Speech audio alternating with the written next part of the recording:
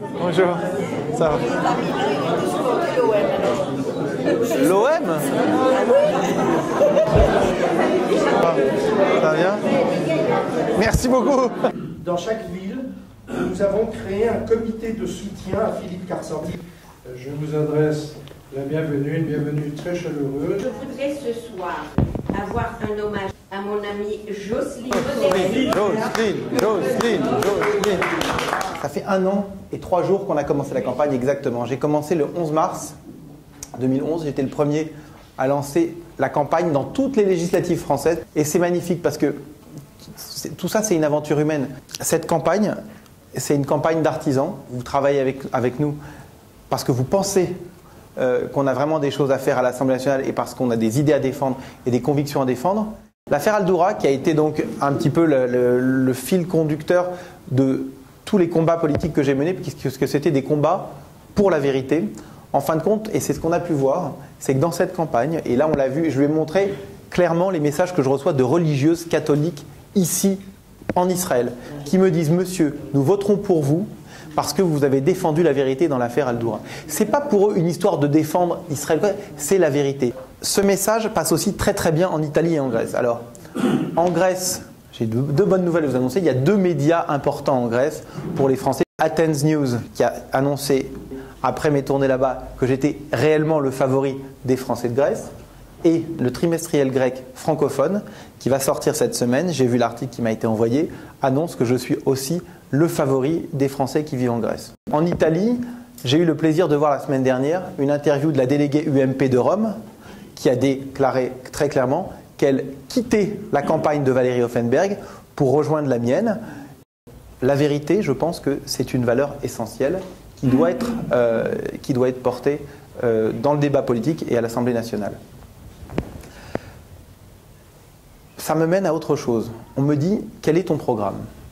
Alors, pour les analphabètes, et que vous n'êtes pas, qui penseraient qu'un député sur 577 arrive avec un programme, je rappelle qu'un député n'a pas de programme. C'est un président de la République qui a un programme, c'est un parti politique qui a un programme. Un député, il a des valeurs, il a des principes, il a des objectifs de campagne, il a des objectifs politiques et il a des orientations politiques. Je suis de centre droit, j'ai voté en 2007 Nicolas Sarkozy. Je suis furieux contre la politique de Nicolas Sarkozy ces 5 dernières années, que ce soit toutes ses inclinations à gauche, toute sa politique étrangère qui est totalement détestable à l'égard d'Israël et je dirais en général qui est une erreur absolue. Malheureusement, il n'y a rien d'autre aujourd'hui dans l'état actuel des choses en France. J'ai regardé les autres candidats. Si le vote devait avoir lieu aujourd'hui, malgré tout ce que je viens de vous dire, je voterai Nicolas Sarkozy et je conçois tout à fait que ça vous choque, mais je suis dans une position de responsable politique puisque je suis élu à la mairie de Neuilly. Je conçois tout à fait que certains d'entre vous aient envie de s'abstenir ou n'aient envie de voter pour qui que ce soit d'autre. Ça ne me regarde pas, vous êtes libre. Moi, je ne suis pas un maître à penser, je ne donne pas d'instructions. Voilà ma situation. Je ne peux pas m'abstenir. Je suis un tout petit responsable politique, je dois faire des choix. Je sais que mon camp n'est en aucun cas d'être avec François Hollande, qui est allié avec les Verts et qui est allié avec Jean-Luc Mélenchon. Oui, je ne veux pas de ces gens-là. Malheureusement, la mauvaise nouvelle que j'ai à vous donner, c'est qu'il y a de très fortes chances que Nicolas Sarkozy... Enfin, c'est pas la forte chance que Nicolas Sarkozy perde, c'est que François Hollande gagne avec son alliance. Et encore une fois, je vais vous dire un truc, je ne suis pas... Vous savez, les chars russes ne vont pas débarquer sur les Champs-Élysées. François Hollande, c'est pas l'antéchrist, hein, si on peut parler comme ça ici à Jérusalem. C'est pas le drame absolu. Simplement, moi, mes choix politiques, mes choix économiques, mes valeurs me font pencher vers la droite. Maintenant, je voudrais qu'on vienne sur des dossiers très particuliers qui sont des dossiers de vie quotidienne, qui sont très importants. La vie quotidienne, c'est tout ce que vous affrontez en termes d'éducation, d'équivalence de diplôme, d'enseignement de la langue française, d'institut français, de fiscalité. L'affaire Al-Doura, ce que ça vous a prouvé que quand je prends un dossier dans les mains, je l'amène au bout et je me bagarre et je ne le lâche pas. Ça veut dire une certaine ténacité. Vos problèmes de vie quotidienne, qu'on ne connaît pas tous encore aujourd'hui. Je ne sais pas ce qu'il faudra régler en septembre 2012, 3 mois après l'élection. Je ne sais pas ce qu'il faudra régler en juin 2013, 1 an après l'élection. On ne sait pas ce qu'il faudra régler. Mais simplement, sachez une chose, que quand il y aura un problème qui vous touchera, je saurai non seulement me battre, mais aussi construire une coalition. Quand aujourd'hui, je vais devoir défendre le retraité d'Ashdod et de Netanya et de Jérusalem, qui va être mon plus bel allié?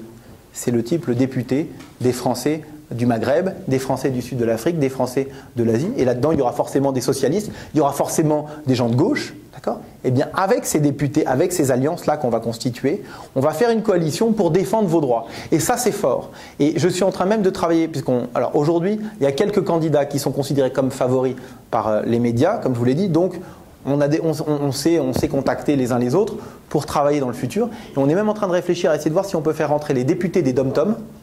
Parce qu'on a les mêmes problèmes. On a parfois les mêmes problèmes. Donc dans les dom-toms, loin de la métropole, comment faire? Il y a 17 députés des dom-toms, 11 députés des Français. Quand on fait 28 députés qui défendent quelque chose de fort, à l'Assemblée nationale, c'est fort. Et on ne m'obligera pas à voter contre, si c'est Hollande qui gagne et qui a la majorité à l'Assemblée, on ne m'obligera pas à voter contre la loi de Hollande si la loi de Hollande, elle est favorable aux gens que j'ai envie de défendre et aux idées que j'ai envie de défendre. Donc je suis libre. Encore une fois, je vous dis encore une fois, je suis de droite, je connais mes valeurs, je connais mes principes et je n'ai aucune envie de faire une alliance avec les Verts ou quoi que ce soit. Mais il y a des coalitions à des moments donnés qu'il faut faire pour défendre ces idées. Mais moi, ça m'est très douloureux d'entendre la somme de choses qui ont été faites par Sarkozy, enfin tout ce qu'il a fait contre toi et toute cette masse de choses qui est insupportable, et de t'entendre dire, malgré tout ça, je suis très condamné. Alors maintenant, je vais te dire autre chose. Attends, je vais vous arrêter. Attends, excusez-moi. Ok, je voudrais simplement dire une chose. D'abord, je ne fais pas d'appel à voter qui que ce soit. Je considère que vous êtes tous libres de vos votes. Je ne suis pas un maître à penser. Je dis exactement ce que moi, je pense faire. Je pense que c'est normal d'être transparent et de dire les choses telles que je pense les faire. Je pourrais tout à fait me cacher derrière en disant que le vote est secret, le scrutin est secret. Non, comme ça vous savez exactement. Et savez quoi? Ça veut dire que vous savez exactement ce que je pense et ce que je fais. Moi, mon but dans la politique, c'est de faire apparaître de la vérité et de la transparence. Alors je pourrais me la fermer. Non mais tu peux considérer toute la douleur. Je pourrais me la fermer, ça n'est pas... Vous ne pourriez pas changer d'avis? Voter qui... Alors attends. Ok, donc voter changer d'avis. Voter changer d'avis, peut-être. Voter changer d'avis. La deuxième chose qu'il ne faut pas confondre non plus, c'est l'élection législative et l'élection présidentielle.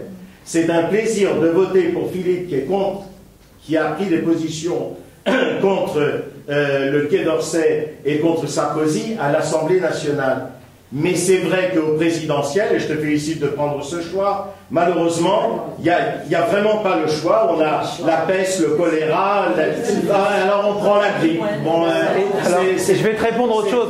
Je voudrais juste dire un truc, parce que sur l'élection présidentielle, vous n'êtes qu'un grain de sable et vous ne ferez pas la différence. Sur l'élection législative, vous avez le pouvoir de toucher la personne que vous enverrez à l'Assemblée nationale. Vous allez le pouvoir, et je vous dis honnêtement, qui dans cette salle ne sait pas me toucher, ou par mail ou sur mon téléphone portable, franchement, il faut vraiment le faire pour ne pas réussir à me toucher. Je suis la personne la plus accessible, donc ça veut dire que vous savez que vous aurez un type à l'Assemblée nationale qui va vraiment faire le boulot, et vous pouvez influer, vous avez honnêtement, on peut réussir à gagner. Qu'est-ce qu'il y a à faire aujourd'hui? Diffuser le plus large. Est-ce que ceux qui n'ont pas laissé leurs emails ou qu'on ne les a pas déjà, il faudra les laisser s'il vous plaît. Diffuser le plus largement possible l'information. Ce que je peux vous dire, c'est que vous êtes dans la ligne qu'il faut sur le plan de la vérité. Parce que les Juifs se réclament à trois modèles: Abraham, Isaac, Jacob. Abraham, c'est l'exemplarité de l'amour qu'il reçoit avec hospitalité, etc. Isaac, c'est la justice. Et ces deux valeurs sont déjà, on peut dire, admises, sinon respectées, au niveau universel. La troisième valeur, c'est celle de Jacob, et c'est le combat de la vérité. Et comme la Bible ne dit pas que Jacob est mort, on le dit pour Abraham et Isaac, c'est que si le combat de Jacob pour la vérité, Jacob n'étant pas mort, n'est pas terminé, c'est à nous de le terminer. Alors, je vous remercie. Merci beaucoup. Mais pour info, moi, mon prénom hébraïque, c'est Isaac. Donc, moi, mon prénom hébraïque, c'est Isaac, donc c'est plus la justice.